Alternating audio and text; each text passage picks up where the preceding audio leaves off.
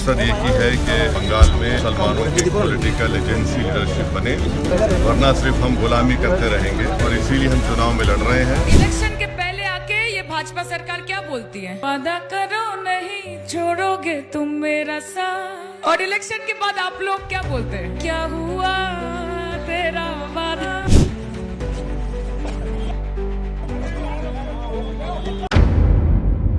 दोस्तों, क्या पश्चिम बंगाल की राजनीति में आपस में भिड़ते रह जाएंगे ममता बनर्जी, पीएम मोदी और राहुल गांधी, और बाजी मार जाएंगे एआईएमआईएम के चीफ असदुद्दीन ओवैसी? दोस्तों, यह सवाल तब खड़ा हो जाता है जब खबर निकल कर आती है कि ओवैसी जो हैं अब पश्चिम बंगाल में जमीन पर उतर चुके हैं। 3 दिन के दौरे पर पश्चिम बंगाल में ओवैसी की पूरी टीम पूरे जी तोड़ मेहनत करती हुई अब नजर आ रही है।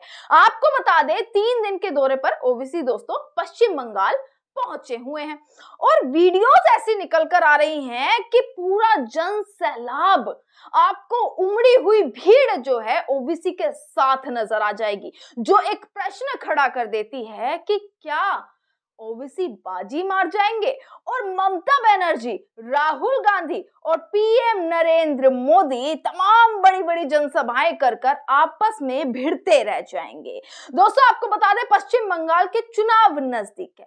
मुश्किल से मुश्किल आपको बताऊं तो 23 अप्रैल यानी कि आज से लगभग 8 दिन का समय है कि 8 दिन बाद जो है मतदान होने हैं, और ये मतदान एक ऐसा चुनाव है ना दोस्तों पश्चिम बंगाल का, जिस पर सबकी नजर है। सिर्फ बंगाल की जनता की नहीं, बल्कि सभी पार्टियां, देश भर की पार्टियां, देश भर की जनता की नजर बंगाल पर है। सबसे अहम मुद्दे जो है निकल कर इस बार आ जाते हैं। एसआईआर का मुद्दा जो सबसे अहम है कि कितने लाखों वोट काट दिए गए। जनता परेशान हो गई बंगाल की कि आखिरकार जीवित लोगों को मृत घोषित कर दिया गया, तमाम वोट काटे गए, इसका सीधा क्या असर पड़ने वाला है। सबसे बड़ा मुद्दा इस बार पश्चिम बंगाल का दोस्तों होने वाला है। वहीं दूसरी तरफ बीजेपी की राजनीति दोस्तों, और षड्यंत्र बिछाने की कोशिश हर बार की तरह ईडी का सहारा ही इस बार बीजेपी लेती हुई नजर आई। हालांकि देखिए, आप बीजेपी के तमाम बड़े से बड़े मंत्री, आप लगा लो पीएम मोदी को उठा लो, आप पीएम मोदी की रैलियां देख लीजिए, जनसभा देख लीजिए, एक दिन में 3-3 जनसभा। देखिए देश के प्रधानमंत्री के काम, 18 घंटे के काम में नरेंद्र मोदी की कितनी जनसभाएं होती हैं, और उस जनसभा में देने वाला 1-1 घंटे का भाषण आपको दिख जाएगा, जिसमें विकास के नाम पर वोट नहीं मांगी जाएगी कि भैया बिहार में इतने सालों से हमारी सरकार है, दिल्ली में हमारी सरकार अब आ चुकी है, हरियाणा में हमारी सरकार, राजस्थान में हमारी सरकार बन चुकी है, मध्य प्रदेश में हमारी सरकार, हमने वहां पर इतना विकास किया, तो बंगाल वाले भी उस विकास को देखते हुए वोट दे दीजिए, थप्पा दबा दीजिए, उस पर नरेंद्र मोदी कभी वोट नहीं मांगेंगे। वोट मांगने का तरीका क्या है कि ममता बनर्जी ने ये कर दिया, दीदी ने ये कर दिया, घुसपैठियों को बंगाल में घुसा दिया, घुसपैठिया बैठे हुए हैं जिनको निकालने का काम हम करेंगे, दंगे फैला दिए, किस तरीके से भ्रष्टाचार कर दिया, हिंदू मुसलमान कर दिया, ये कहते हुए नजर आ रहे हैं। यहां मोदी जी, वहां अमित शाह, गृह मंत्री बंगाल में बैठे हैं, प्रधानमंत्री बंगाल में बैठे हैं, एक सिटिंग सीएम जो है उत्तर प्रदेश के मंत्री बंगाल में बैठे हैं, योगी आदित्यनाथ मुख्यमंत्री उत्तर प्रदेश के, वो बंगाल में बैठे हैं। फिर भी सहारा किसका लेना पड़ा? ईडी का दोस्तों। कैसे, मैं आपको बताती हूं, आप ये देखिएगा कि किस तरीके से ईडी का सहारा लेते, पूरे षड्यंत्र आप समझिएगा दोस्तों इस चीज को। फिर मैं ओवैसी की भी आपको बताऊंगी कि कैसे असदुद्दीन ओवैसी जो है किस तरीके से बंगाल में उतर चुके हैं, जिनको एक बार कहा जाता है ना, लोग सवाल उठाते हैं कि वो तो बीजेपी की बी टीम है। अब बी टीम वाले सवाल पर भी ओवैसी ने जवाब दिया है, वो भी मैं आपको बताऊंगी, पर सबसे पहले अंत तक इस वीडियो के बने रहिएगा, सारे सवालों के जवाब एक एक करके देते रहेंगे। सबसे पहले आज ये कि बीजेपी का षड्यंत्र कि ईडी का सहारा कैसे लेते हुए भाजपा भयभीत होती हुई नजर आ रही है। कितना भी आप मुद्दों को उठा लो, पर सहारा लेना पड़ा आखिरकार ईडी का। 2 अप्रैल को दोस्तों किस तरीके से ईडी ने रेड किया, किस तरीके से आईपीएसी के ऑफिसेज जो हैदराबाद में है, दिल्ली में है, बेंगलुरु में है। दोस्तों बेसिकली बोला जाता है कि जो IPAC है वो पूरी जो है ऑर्गेनाइजेशन किस तरीके से वो TMC के लिए वर्क करती है। पहले वहां पर रेड डलवाई 3 अप्रैल को, ये अभी हाल ही का डेटा मैं आपको बता रही हूँ, 2026 का, कोई पुराना डेटा नहीं उठा के दिखा रही हूँ। ईडी ने कैसे जो है क्वेश्चन किया, किस तरीके से सवाल किए TMC के तृणमूल कांग्रेस के कैंडिडेट जो प्रत्याशी हैं देबाशीष कुमार से। 6 अप्रैल को ईडी ने समन भेजा TMC के मंत्री, तृणमूल कांग्रेस के मंत्री सुजीत बोस को। 8 अप्रैल को ईडी ने समन भेजा TMC के मंत्री रतन घोष को। 11 अप्रैल को ईडी ने फिर से रेड मारी, कहां? TMC के मिनिस्टर हैं जो पूर्व मंत्री हैं तृणमूल कांग्रेस के, पार्था चैटर्जी, उनके घर पर। 13 अप्रैल को ईडी ने किसको अरेस्ट कर लिया? IPAC के को-फाउंडर विनय मिश्रा को अरेस्ट कर लिया गया, गिरफ्तार कर लिया गया, जो TMC के लिए वर्क करते थे, तृणमूल कांग्रेस के लिए वर्क करते थे।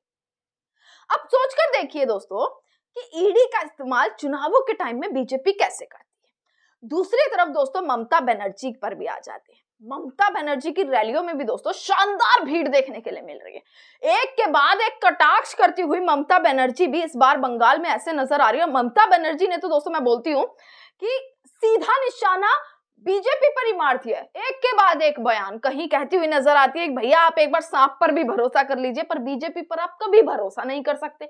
ईवीएम की जांच होनी चाहिए, ये सारे मुद्दे उठाती हुई ममता बनर्जी भी नजर आ रही हैं। राहुल गांधी दोस्तों, कल किस तरीके से राहुल गांधी ने एक दिन में 3 जनसभाएं पश्चिम बंगाल में करी और अच्छी खासी भीड़ देखने के लिए भी राहुल गांधी की रैलियों में मिली। पर यहाँ एक तरफ ये 3 आप लगा लीजिए और दूसरी तरफ आप लगा लीजिए AIMIM के चीफ ओवैसी को। अब ओवैसी 3 दिन के दौरे बंगाल पर है। हमेशा कहा जाता है कि बी टीम है, बीजेपी की बी टीम है और यही जो है भाजपा को जिताने का काम करेंगे, जिन पर ओवैसी ने साफ कटाक्ष जवाब दिया है। वो जवाब मैं आपको सुनवाती हूँ दोस्तों, किस तरीके से अब AIM पार्टी जो है किस तरीके से अब उतर चुकी है मैदान में।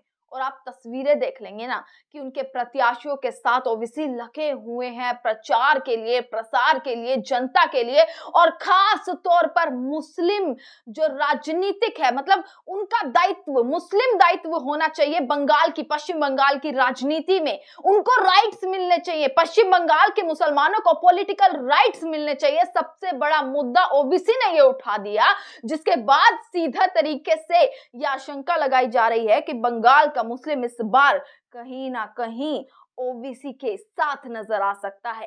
प्रत्याशियों के साथ ओवैसी लगे हुए हैं, भीड़ एकदम चकाचक नजर आ रही है, लोग उतरते हुए ओवैसी के साथ नजर आ रहे हैं। अब मैं आपको बयान सुनवा देती हूँ, आखिरकार उन्होंने बोला क्या है। दोस्तों आपको बता दें, सबसे पहले तो पश्चिम बर्धमान के रानीगंज स्थित पीर बाबा मजार पर AIMIM के चीफ जो है ओवैसी ने चादर चढ़ाकर अपनी 3 दिवसीय पश्चिम बंगाल यात्रा की शुरुआत की। अब इस दौरान सबसे मुख्य मुद्दा जो मैंने आपको बताया कि राज्य की राजनीति, मुस्लिम प्रतिनिधित्व और चुनावी रणनीति को लेकर कई अहम बातें कही हैं और सबसे बड़ा जवाब दिया है उन लोगों को, क्योंकि मीडिया ने भी वहां पर पूछ लिया कि आपको तो बी टीम कहा जाता है। तो बी टीम पर ओवैसी ने क्या बोला वो मैं आपको बताती हूँ। बी टीम पर ओवैसी ने उन आरोपों पर तीखी प्रतिक्रिया दी है जिनमें कभी उन्हें बीजेपी तो कभी TMC की बी टीम बताया जाता है। उन्होंने साफ कहा है कि हम सिर्फ जनता की आवाज हैं, किसी भी पार्टी की हम बी टीम नहीं है। दोस्तों ओवैसी ने बंगाल के मुसलमानों के मुद्दे पर जोर देते हुए कहा, क्योंकि अगर ओवैसी जमीन पर उतरे हैं तो सीधी तौर पर बात नजर आती है कि उनसे पूछा जाएगा कि भाई अगर ओवैसी आए तो बंगाल के मुसलमानों के लिए क्या करेंगे। जिस पर जोर देते हुए उन्होंने कहा कि उनकी अखंडता पर सवाल उठाना स्वीकार नहीं किया जाएगा। उन्होंने कहा कि राज्य में मुसलमानों के लिए एक मजबूत राजनीतिक नेतृत्व और एजेंसी का निर्माण बेहद जरूरी है ताकि उन्हें उनका हक और इंसाफ मिल सके। उन्होंने आगे कहा कि अगर समुदाय का अपना नेतृत्व नहीं होगा तो उन्हें गुलामी में ही रहना पड़ेगा, जिसके लिए अब उन्हें उतरना पड़ रहा है ताकि मुस्लिम जनता को भी वहां पर लीडरशिप मिल चुके, उनका एक नेतृत्व होना चाहिए, उनका पॉलिटिक्स में एक नेतृत्व होना बहुत जरूरी है। यही वजह है कि उनकी पार्टी चुनाव लड़ रही है और वे खुद चुनावी प्रचार में सक्रिय भूमि निभाते हुए दोस्तों नजर आ रहे हैं। ये जवाब असदुद्दीन ओवैसी ने जो है देते हुए वो नजर आए हैं। दोस्तों इसी के साथ कुछ चंद दिन रहते हैं, मुकाबला टक्कर का है। हर पार्टी का एड़ी चोटी का जोर है और जोर के साथ आशंका भी अलग है, प्रश्न चिन्ह भी अलग उठ रहे हैं, प्रति आरोप जो है लगते हुए नजर आ रहे हैं। वहीं ओवैसी क्लियर कर चुके हैं कि भाई हम सिर्फ जनता वाली टीम है, हम कोई बी टीम या वैसी कोई टीम नहीं है। और वहां से मुसलमानों के वोट आखिरकार किस तरफ जाने वाले हैं? जहां कांग्रेस अपना दावा ठोकती है कि वहां उनके वोट आने वाले हैं, एक तरफ जो है टीएमसी को लगता है कि मुस्लिम वोट वहां आने वाले हैं, वहीं तीसरी तरफ अब ओवैसी ने बड़ा मुद्दा ले लिया और बड़ा पॉइंट ले लिया कि मुस्लिम लीडरशिप को लेकर, उनके प्रतिनिधित्व को लेकर अब वो लड़ाई लड़ेंगे।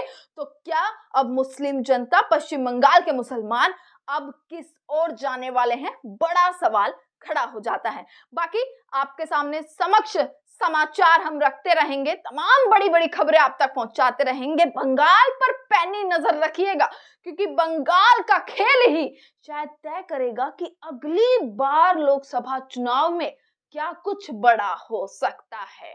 आपका बहुत बहुत शुक्रिया।